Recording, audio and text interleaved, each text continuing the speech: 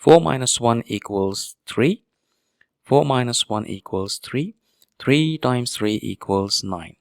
But this answer is not right, because according to the order of operations, you must solve parentheses, then exponents, then multiplication and division, and finally addition and subtraction. Remember, if in any expression we have both multiplication and division present, we must work from left to right, and same applies to addition and subtraction. Now let's rewind and solve this problem the right way. If you notice, in this expression we have subtraction operators present, and we also have parentheses present. According to the rules, parentheses have highest priority, so we must solve what we have inside parentheses. We have 4 minus 1, that gives us 3. Our expression becomes 4 minus 1 times 3, because we have that multiplication operator present here.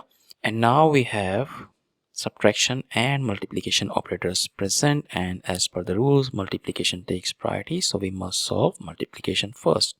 1 times 3 gives us 3. Our expression becomes 4 minus 3, and 4 minus 3 equals 1, which is the final and correct answer to this problem. Thank you for watching. Please like the video, comment your answers, and subscribe to our channel.